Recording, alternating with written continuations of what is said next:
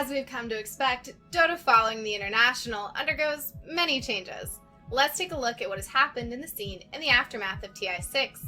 Now it's important to note the new rules by Valve. Players could only be dropped from a roster before September 4th. So following this deadline, which has passed, players currently on a roster are locked into them. Teams have until September 18th to add any free agents. Any players that have left a roster are still free to rejoin it. Now after that September 18th point, rosters are fully locked until the conclusion of the Fall Major. Now Fall Major is wording chosen by Valve, which is significant because this year we will only have 2 majors rather than the 3 we had last year. We are unsure as of yet what the schedule will be for these majors. It's pretty likely that Valve will make an announcement about the plan for the first one following the final roster lock. So first, let's take a look and see what happened in the European scene. OG had an unexpected 9th to 12th place finish in Seattle after winning the Frankfurt and Manila majors. The team kicks Moon Meander, while Crit and Miracle choose to leave the team. They've picked up S4, Australian player Anna, previously a mid player that was a sub for IG, and Jerax. Alliance scrape a 9th to 12th place finish at TI, with generally mediocre results between the Shanghai Majors and TI after earlier successes at Starladder and WCA. S4 and Bulldog leave the team for other playing opportunities. Ake has left the team and recently released a statement indicating that he would like to play but is unsure if any rosters still have space available. Team Liquid has announced that Jerax is leaving the team, and Fada has also left the roster. No official statement has been made for who will be joining the team as of yet. Team Secret faced disappointing last-placed finishes at both the Manila Major and then again at the International. Coaches AUI and 1437, as well as players RTZ, Envy, and Bulba, have all left the team to pursue playing and compete in the upcoming year.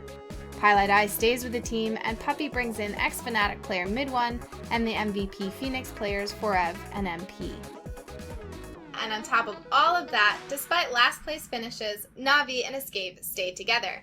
Empire, Vega, and VP announced new rosters. Now, the Americas gave us 2 teams out in the top 3 at TI6, but as always, the shuffle leaves behind casualties. After an impressive second place finish, Digital Chaos fell just short of the coveted Aegis. Coaches PyCat and Loomdon leave to pursue opportunities elsewhere in Dota, with thanks from the DC organization for their assistance at TI6. DC maintained the majority of their playing roster, choosing to kick only Moo and replace him with Moon Meander. Sajidine hinted at management changes leading into TI6, with her stepping down as team manager shortly before the event. The team has hired Slotherina to be the new manager, with her work in hospitality and player assistance at recent Summit-sponsored events, giving her the experience to move into working directly with the team. Sajidine is now in an ownership position with the team, and DC has also announced they will be hiring additional people to the org to continue growing and moving forward. Evil Geniuses rallied from roster changes, qualifying first through Opens and then the main qualifiers to come in 3rd place at TI. All of the players have left the rosters. Teams have until September 18th to add anyone they want back to the roster. Additionally, the founder of Good Game Agency, Alex Garfield, steps down from Twitch. GGA is the org behind Evil Geniuses and Alliance and was sold to Twitch 2 years ago by Garfield. The organizations themselves still currently exist. Complexity were unable to make it out of the wildcards and compete in the main event. They started the year strong, showing impressive performances in the first half. In the months leading into TI, they struggled in the Americas against DC and were unable to repeat the success they had had earlier in the year. Hanskin and Limp have left the team to pursue playing opportunities in Europe, while Chessie will continue streaming for the Complexity brand, but is not currently playing competitively due to health issues. The Southeast Asian scene has seen some changes, while all of China remains a little bit of a mystery to us. Fnatic managed to fight their way to a 4th place finish after disappointing performances at ESL and the Summit 5. Mid1 was removed from the team, with DJ and 343 leaving. Their analyst Kipsel wrote about the ups and downs of the team and will be looking to work for a team after the roster shuffle season comes to an end. Rave and TNC seem to have dissolved, with MVP Phoenix losing MP and Forev to Team Secret. It has been strongly suggested that the TI winners' wings are likely staying together, despite initial hints that Faith Beyond might return to school. However, we don't know at this point, as in China, all the major esports teams have dropped their entire rosters. This was to dissuade manipulations for transfer fees and give everyone more time to make the necessary changes without having to finalize contracts and buyouts before the September 4th drop deadline. Players are not the only ones mixing things up. Moonduck has a studio house now that the casters have moved into.